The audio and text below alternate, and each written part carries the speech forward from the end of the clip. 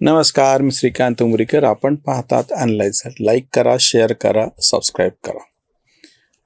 ब्रिजभूषण शरण सिंह भाजपचे माजी खासदार, भारतीय कुस्तीपटू संघटनेचे अध्यक्ष राहिलेले, आणि त्यांच्या विरुद्ध विनेश फोगट, साक्षी मलिक आणि बजरंग पुनिया यांनी मे 2023ला जे आंदोलन चालवलेलं होतं, 36 दिवस हे आंदोलन चाललं, गुन्हे दाखल झाले, खटला चालला आणि ते सगळी बाब आता पूर्ण होऊन बरोबर ब्रिजभूषण शरण सिंह यांचा तर राजीनामा घेतला गेला. त्यांचा बळी त्यांचं राजकीय कारकिर्दीवरती पूर्णपणे शंका उपस्थित केली. त्याला ठप्पा लागणे असं म्हणतात, तसं झालं. त्यांना नंतर तिकीट मिळालं नाही, त्यांना बाजूला करण्यामध्ये ह्यांनी यश मिळालं. आत्ता 3 वर्षाच्या नंतर 2000 म्हणजे मे 2023ला सुरू झालेला धिंगाणा आहे आणि आत्ता जुलैमध्ये त्याची सुनावणी पूर्ण झाली आणि निकाल आला आणि त्यांना निर्दोष असं सोडण्यात आलं.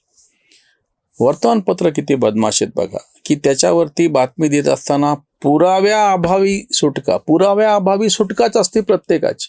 न्यायालयाने समोर आलेला जो काही पुरावा आहे तो जर पुरेसा नसेल तर न्यायालय तसंच म्हणतं कोणाच्याही बाबतीमध्ये. ह्याच बदमाश लोकांनी सावरकरांच्या बाबतीतल्या खटल्यामधलं एक वाक्य उचललेलं आज सुद्धा, की समोर आलेल्या पुराव्याअभावी पुरावे पाहता सबळ अशा पुराव्याअभावी आरोपीची सुटका करण्यात येते. हे नेहमीचं वाक्य न्यायालयातलं. ह्यांचा सूर कसा असतो, पुरावा नाही म्हणून काय झालं, गुन्हा तर केलाच आहे. कारण की ह्यांच्या मनामध्ये ठरवलेलं की ह्यांना जे काही टार्गेट करायचं, जसं आता धर्मेंद्र प्रधान यांच्या विरोधामध्ये यांनी केलेलं होतं. हे काय ठरलेलं एक टूल किट आहे, तुम्हाला मी सांगतो. तेव्हा ब्रिजभूषण शरण सिंह यांना टार्गेट करण्यात आलं, त्यांच्या नावानं बॉम्ब करण्यात आली. त्यांचा तर राजीनामा झाला, त्यांचं राजकीय पद तेव्हा गेलं. आता त्यांची निर्दोष सुटका झाल्याच्या नंतर 3 वर्षाच्या नंतर ह्या सगळ्या पापाचं पावती कोणाच्या नावावर फाडायची. आम्ही तेव्हा ही भूमिका घेतली होती. इन कॅमेरा सुनावणी झाली. कुठलाही ठोस पुरावा ब्रिजभूषण शरण सिंह यांच्या विरोधातला समोर आलेला नव्हता, तेव्हा सुद्धा नाही. ज्यांनी हे आरोप केले, विनेश फोगट असो, साक्षी मलिक असो, बजरंग पुनिया असो, हे कसे आणि काय खोटारडे आहेत हे सिद्ध झालं. यांच्या आंदोलनाला त्या सगळ्या बाकीच्या कुस्तीगिरांकडून पाठिंबा मिळाला नाही. तुम्ही बघा, ठरवून जाणीवपूर्वक राजकीय प्रेरणेनं जेव्हा अशा पद्धतीच्या सगळ्या चळवळी म्हणा, आंदोलनं म्हणा, किंवा तुमचं एखादं तेव्हाचं ते आंदोलन असतं, ते सगळं ठरवून असं कोणाच्या विरोधामध्ये जेव्हा असतं ना, तेव्हा बरोबर त्याला संशयाचा वास येत राहतो. आताही जंतर मंतरवरचं आंदोलन धर्मेंद्र प्रधान यांचा राजीनामा असावा.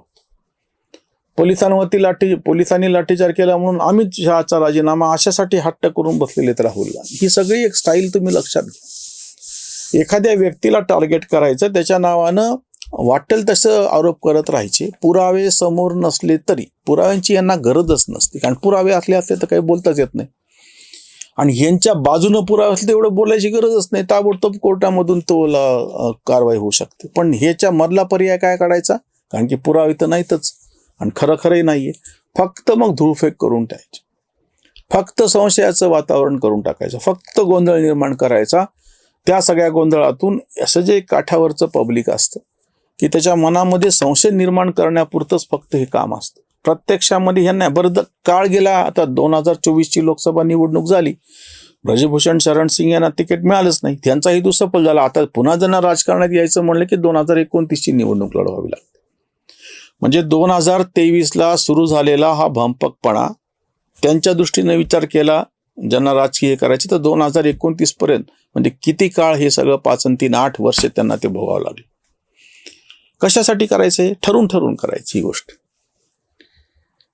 हा जो काही सगळा खेळ चालू असतो, की तुम्ही जाणीवपूर्वक कुठलाही तुमच्या हाताशी कुठलाही काही हे नसताना फक्त गोंधळ तयार करायचा. आणि दुसरा माझा आरोप आहे की माध्यम, आज ज्या माध्यमांनी ही तुम्हाला मी बातमी दाखवतो, आज जी एवढी मोठी बातमी लावलेली, हे सगळे बदमाश यापूर्वी बातम्या काय लावायची या सगळ्या प्रकरणात.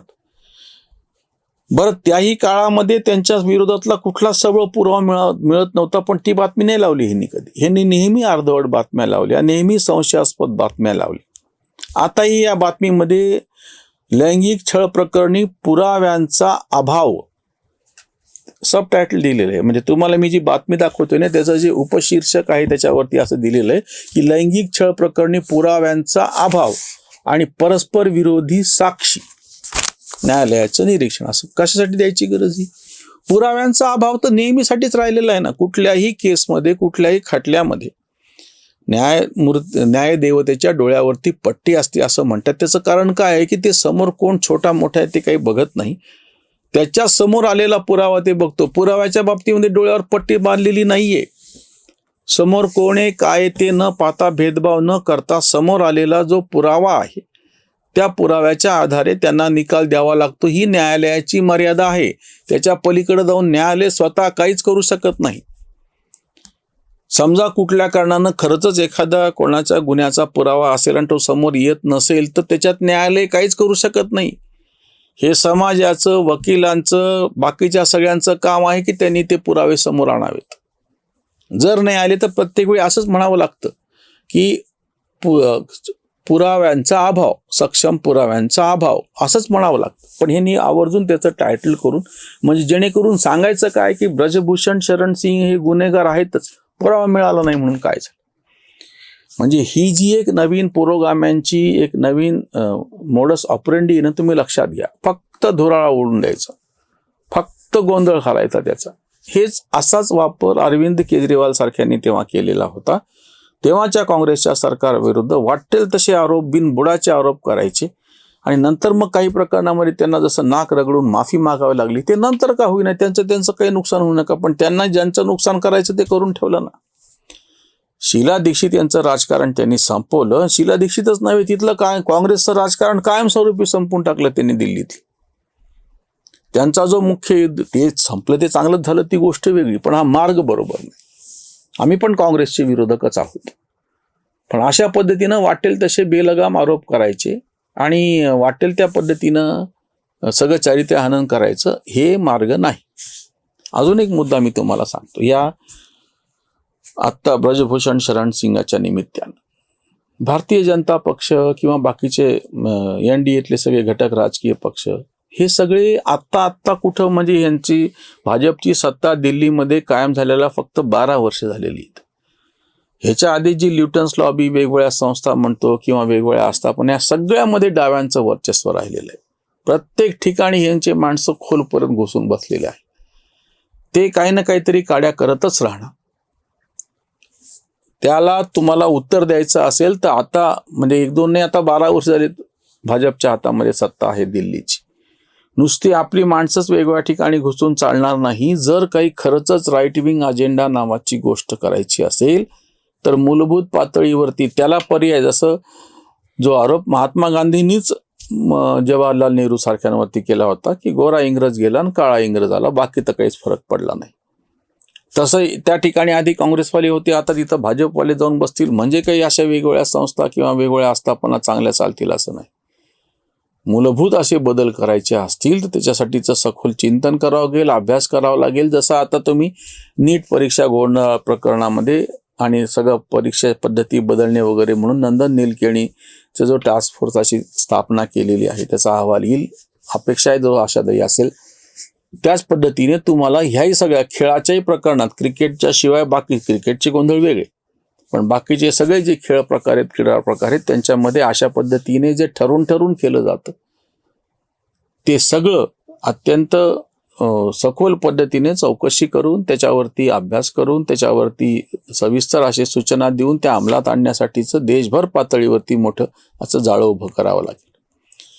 ब्रजभूषण शरण सिंह यांच्या निकालाने या सगळ्या लेबरांच्या तोंडात थप्पड मिळालेली आहे. पण मी तुम्हाला खात्री देतो, याच्यापैकी कोणीतरी वरच्या कोर्टामध्ये जाईल, याचे काहीतरी ड्रामे करतील किंवा हे सगळं कसं भाजपने सगळं मॅनेज केलेलं आहे असं म्हणून पुढं करतील. हे तर काही त्यांचा पराभव मान्य करणार नाही, तर काड्या करण्याचे थांबवणार नाही.